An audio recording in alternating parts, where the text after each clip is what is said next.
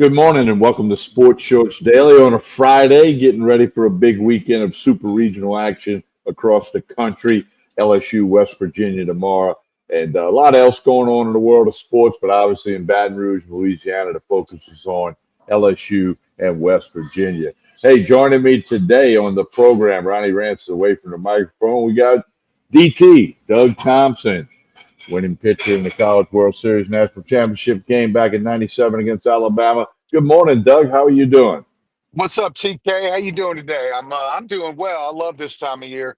Super regional baseball, NCAA postseason baseball, nothing better than that. No, there's no doubt about it. Doug, you watched this LSU team play many times this year.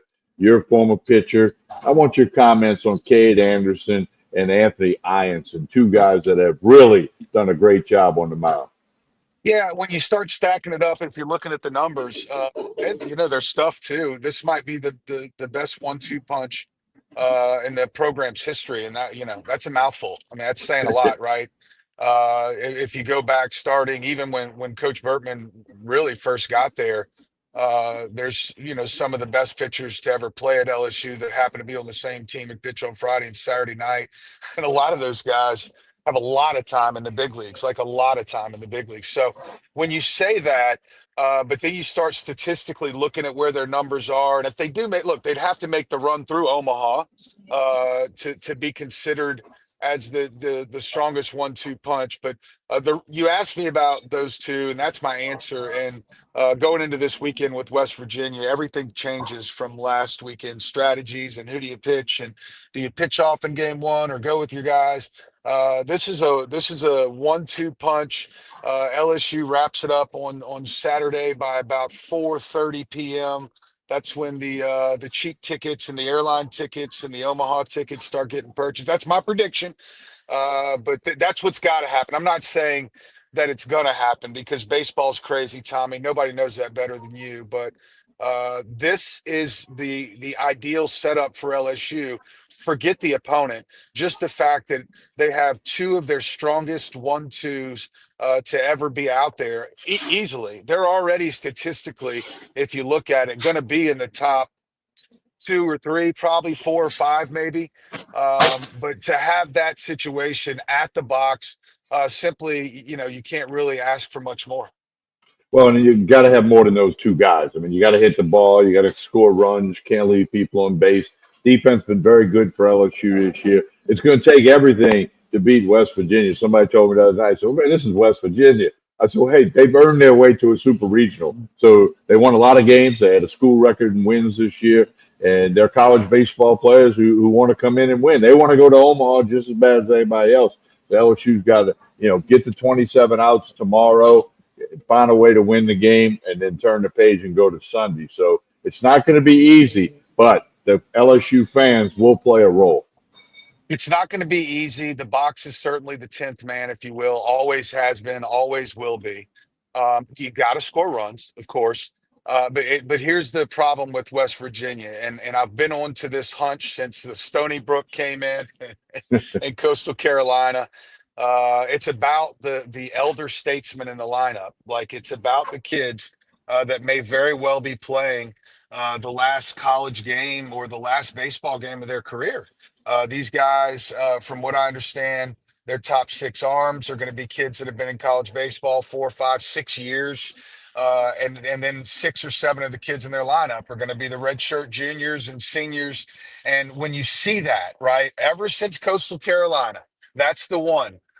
When I came in for Coastal Carolina, I actually ran into that team the night before at Rufino's. I was there with my wife, and they were. I could tell, like, man, these guys look older. I thought one of them was carrying a baby, and it made me seriously. And the next day, when I got to the box, the first thing I looked at on the statistics chart was how old are these cats? And literally, I want to say like eight of the nine, or maybe all nine of the starting nine in the lineup were seniors. And I thought, man, I wonder if that's going to matter. And obviously, it did. They didn't only win here in Baton Rouge; they won the College World Series. So that's the new game, though. Tommy, that is college baseball. You know, when Coastal Carolina and Stony Brook did it, it was the beginning. Like those programs were kind of in the position to get these kids and have them for 4 years. And but the truth is, today, Murray State can really go to Omaha because when they hit the portal, they can grab a bunch of seniors and fifth year guys and bring them in. And when those guys get to feeling like it's the end, it's tough to strike that guy out, Tommy. It's tough to get a hit off of a kid who's been playing college baseball for 5 years, that's got an 89-mile-an-hour fastball, will likely not play anymore. It's tough to hit that guy, believe it or not. I know it sounds crazy, but you know what I'm talking about. Coach Bergman always used to tell us, I'm telling you, regardless if we played Southern or SLU or ULL or whoever it was, he would tell us on those nights in particular, don't forget, it's a beautiful game. Anyone can beat you tonight. If their pitcher has a good night, no matter how good we are, how good we think we are, how good the world thinks we are, it's going to be a rough one. So pack your bags and come ready to work. And that's always been the truth in baseball. But what LSU has in their corner is they've always said the cliche is it's not hitting, it's great pitching and great defense that wins championships. Now, in the drop 5 days when I played, maybe that could be argued if you'd have a team that hits 200 home runs. I think I saw both sides of that, but I think traditionally over 150 years of baseball, great pitching and great defense win the game. And you mentioned earlier LSU's been playing good defense. No. LSU is on pace right now to literally field it better than any LSU team in the history of the program, as far as the great Todd Polites can look back. And that's a 982 clip. No LSU team has even fielded at a 981 clip.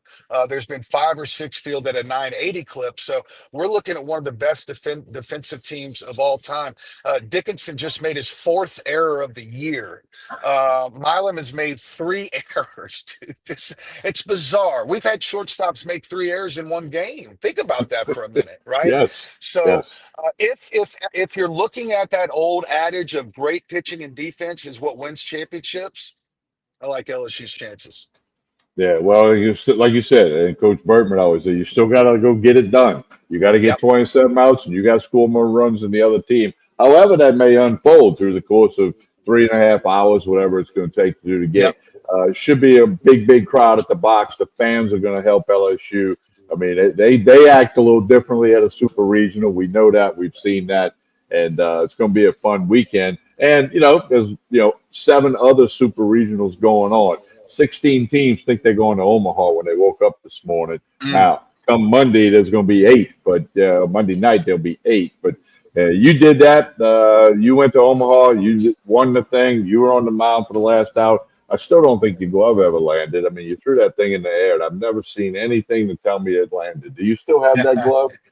Actually, a trainer manager, Wes Penn, picked that glove up when I got back to Baton Rouge. I just assumed that glove was gone, and Wes actually had it, and that glove's actually in the Hall of Fame down the third baseline. If you haven't checked that thing out yet, not my glove, the Hall of Fame. You should. It's the best in college baseball. It's while you're headed to the box this year, if it's the first time getting back to the box for the Super Regional, actually check that. You'll have to wait until first pitch of next year, unless it's unlike last weekend.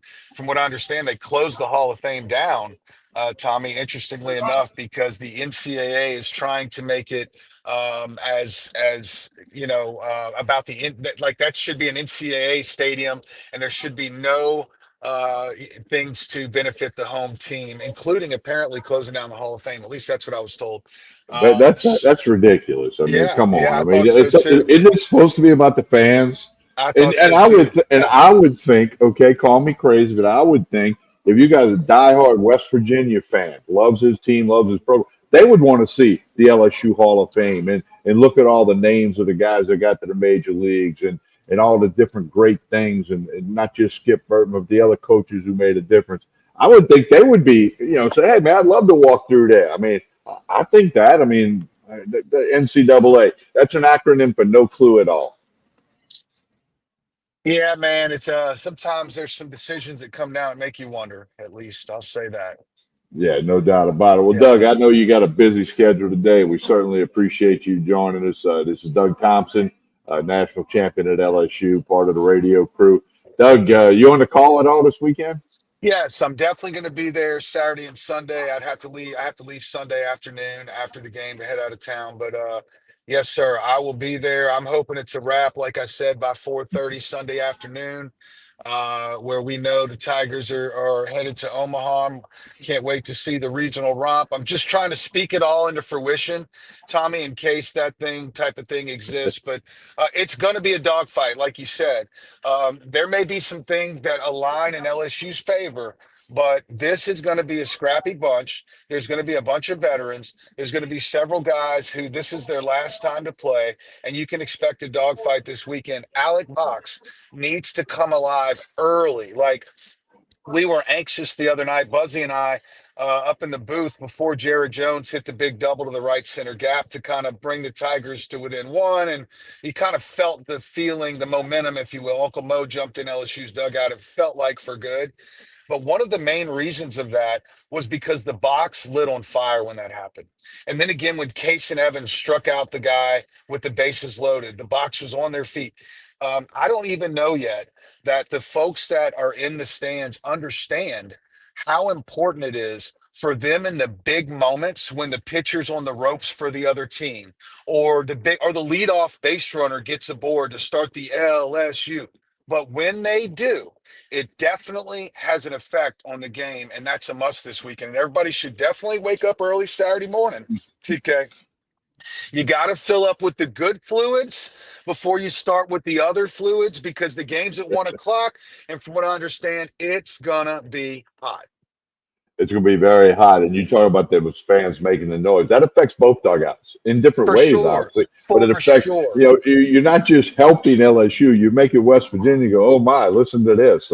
It's a distraction. So it works into both dugouts significantly.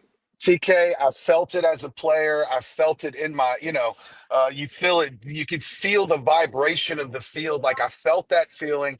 Played with guys in the minor leagues that told me how difficult it was to play at Alec Box, specifically because of what we're talking about. And I've watched it now for a decade. I know, like me and Buzzy sometimes will literally hang out the window with a white towel because this is the moment. And sometimes the Bach misses that moment where right now, if you light on fire as if someone just poured gasoline on you, we'll win this game.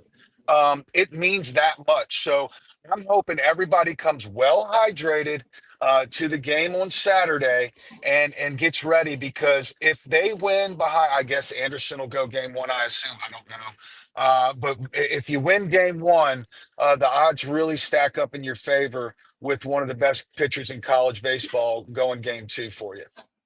Doug, we appreciate it. Look forward to your call Saturday and Sunday. I think the Tigers win 2 games. That's my guess, my opinion.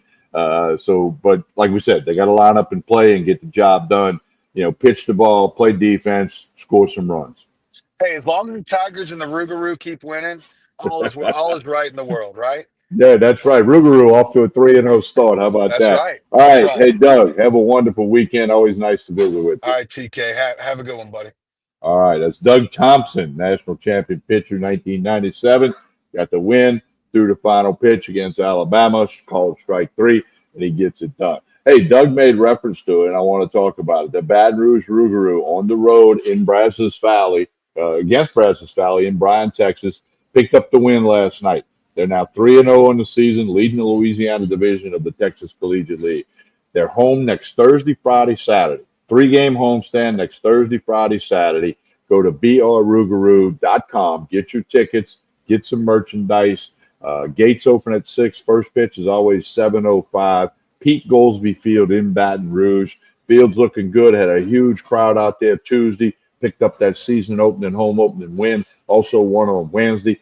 Go on the road, win Thursday. Tonight they're in Bryan, Texas. They're still there. They're going to play the Brazos Valley Bombers again tonight. And then they're going to switch and play Seguin River Monsters in Seguin, Texas, near San Antonio on Friday night. On Saturday and Sunday, they'll play Seguin. Day off Monday. All Texas Collegiate teams are off on Monday, Texas Collegiate League teams.